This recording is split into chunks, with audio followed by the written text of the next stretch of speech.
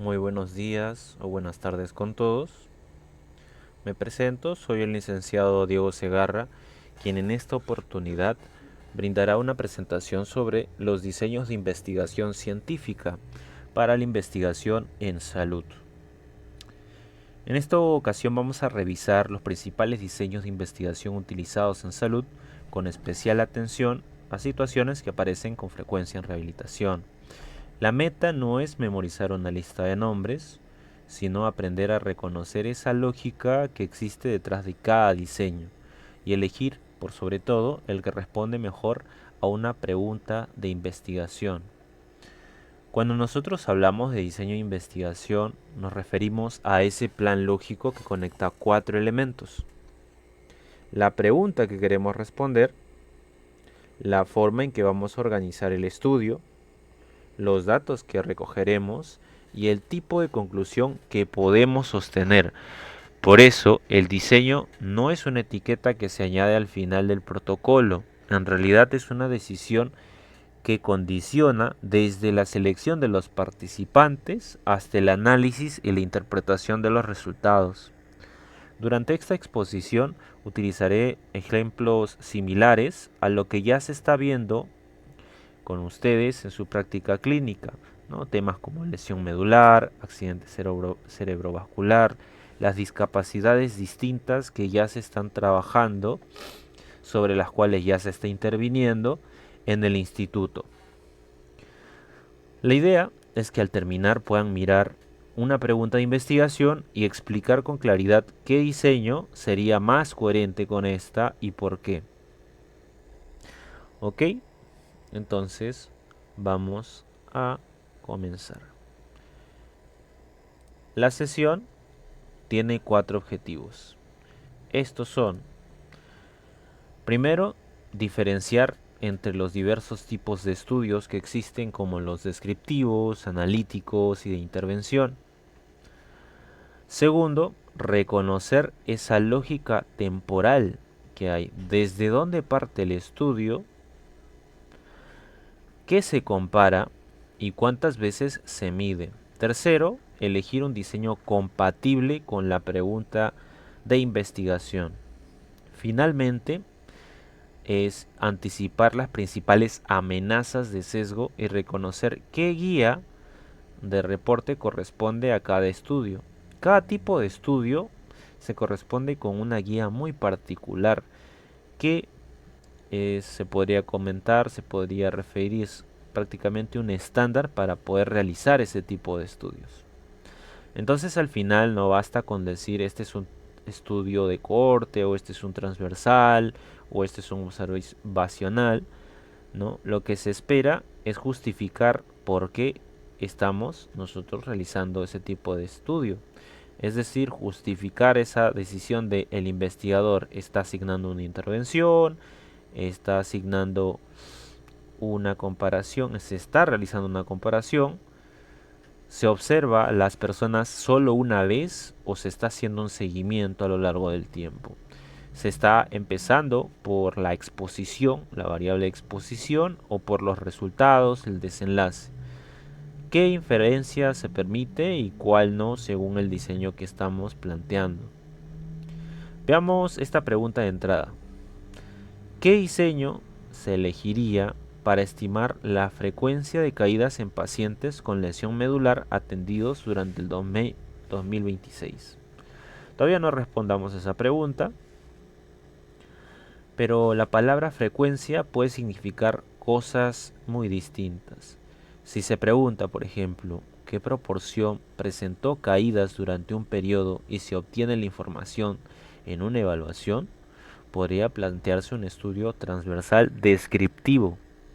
Si se desea, por otro lado, observar la aparición de caídas nuevas siguiendo a pacientes inicialmente sin el evento, correspondería a una cohorte.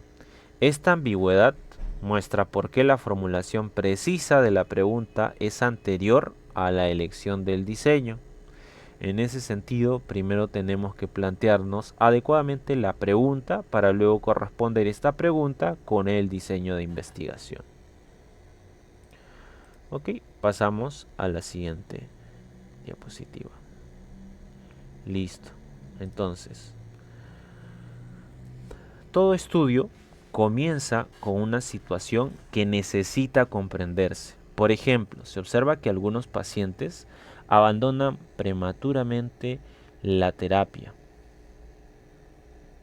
Ese es el problema. Luego formulamos una pregunta más precisa. ¿Cuál es la tasa de abandono? ¿Qué factores se asocian con él? ¿Una estrategia de seguimiento reduciría este abandono? Entonces, ahí podemos notar inmediatamente cómo cada pregunta conduce a una lógica de diseño diferente. El diseño, como indica, o mejor dicho, el diseño indica cómo se van a organizar las personas, los tiempos, las exposiciones, las intervenciones y comparaciones. A partir de esa decisión se define qué datos deben recogerse, en qué momento, con qué instrumentos y en qué participantes. Finalmente, las conclusiones deben respetar lo que el diseño permite. Un estudio transversal puede mostrar una asociación, pero generalmente no establece qué variable ocurrió primero. Un ensayo aleatorizado, bien ejecutado, ofrece mayor respaldo para atribuir diferencias a una intervención. Entonces es importante notar algo importante. Hay algunas ideas que quizás hemos ido desarrollando, ¿no?, a lo largo de las experiencias en investigación que hemos tenido, que conviene abandonarlas. La primera es que el programa estadístico no determina el diseño. Existen muchos programas estadísticos como Yamovi, SPSS, R, Stata, entre otros. Pero estos no convierten una pregunta mal planteada en un buen estudio. Entonces hay que tener mucho en consideración el planteamiento del problema, la pregunta que se desemboca o la pregunta que se desarrolla a partir del planteamiento. Otra idea que es importante abandonar es el utilizar una prueba inferencial. No significa que automáticamente el diseño que estamos realizando es analítico. El propósito y la comparación son los que definen la lógica de un estudio analítico, no necesariamente una prueba inferencial utilizada. Y finalmente, la tercera es que una asociación estadísticamente significativa no demuestra una causalidad. La causalidad que exige temporalidad, comparabilidad, control de sesgos, consistencia y plausibilidad, entre muchos otros elementos. ¿Okay? Entonces es necesario tomar en consideración ello. Ejemplo, ¿no? Si vemos que el dolor y la ansiedad se correlacionan, ¿podríamos afirmar que la ansiedad causa el dolor? No, claramente no. Hay un vínculo entre esas variables, pero eso no implica que una genere a la otra o que una anteceda a la otra. Tenemos que entonces tomar mucho en consideración estos criterios para poder elegir los diseños de investigación. Ok, ahora vamos a pasar a la siguiente presentación. Listo. Y ahora, 4 preguntas para reconocer casi cualquier diseño. La primera pregunta es: ¿el investigador asigna deliberadamente una intervención o una exposición? Si decide quién recibe un programa, una terapia o una estrategia, estamos ante un estudio experimental o de intervención. Si únicamente se observan los tratamientos, exposiciones o características que ya existen en nuestra muestra, es entonces observacional. La asignación deliberada, no el nombre del tratamiento, es el criterio decisivo. Entonces, esta es la primera pregunta para poder ir delimitando, ir perfilando nuestro estudio. El investigador está asignando deliberadamente una intervención o exposición. De ser así, tenemos un tipo de estudio que podría ser de intervención o experimental, y ante la negativa estaríamos ante un estudio de tipo observacional. Perfecto. La segunda pregunta es: ¿existe un grupo, una condición o un momento de comparación? Un estudio que solo describe la frecuencia o las características de una población suele ser descriptivo. Cuando la comparación se organiza para estudiar asociaciones, efectos, predictores o diferencias explicativas, la lógica puede ser analítica o evaluativa. La sola presencia de dos porcentajes no basta. Importa para qué se están comparando. Entonces ahí podríamos ir definiendo si estamos ante un estudio descriptivo o un estudio de tipo analítico. La tercera pregunta es: ¿cómo se incorpora en el tiempo? En una aproximación transversal, la población se caracteriza en un momento o un periodo definido, sin seguir la aparición futura del desenlace. En cambio, en un diseño longitudinal ya hay un seguimiento o mediciones repetidas. No debe interpretarse de forma mecánica. Varias mediciones realizadas en una misma evaluación pueden seguir perteneciendo a un estudio transversal. Lo esencial es si existe una dimensión temporal de seguimiento, es decir, si todas estas evaluaciones que se están dando en tiempos distintos y tienen esta lógica temporal de seguimiento a lo largo del tiempo. Finalmente, la cuarta pregunta sería: ¿cuál es el punto de partida? En una cohorte se parte de la exposición o de un predictor y se observa el resultado.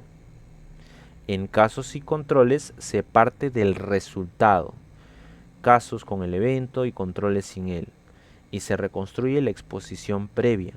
Estas preguntas permiten combinar las etiquetas. Por ejemplo, el estudio observacional puede ser analítico, longitudinal, de cohorte y retrospectiva. Esta descripción informa mucho más que decir únicamente retrospectivo. Eso sería la síntesis final de estas cuatro preguntas, es decir, no tenemos por qué delimitarnos en un solo diseño de investigación, podemos combinar todos estos que pueden existir, claro, mientras sigan una lógica coherente entre ellas. Por ejemplo, ¿no? En este caso, lo que observamos la última pregunta, que es: en una cohorte se parte de la exposición o de un predictor y se observa el resultado. En cambio, en casos de controles se parte del resultado. Podemos ver cómo hay participantes del estudio que presentan una enfermedad o no, y queremos examinar si es que ha habido factores de riesgo que han influido en ella. Y en la cohorte, en cambio, se parte de estos, podríamos decir, ¿no?, de estas características de la muestra que tienen que ser idénticas o extremadamente similares, y queremos ver cómo estas van influyendo en un desenlace, un resultado, ¿no? Ahí vemos una tendencia más prospectiva que va hacia el futuro, y en cambio casos y controles usualmente vamos de un resultado o de un diagnóstico o de un evento que actualmente ocurre en el participante de estudio, y queremos examinar qué otros factores han influido para que se dé esto. Listo.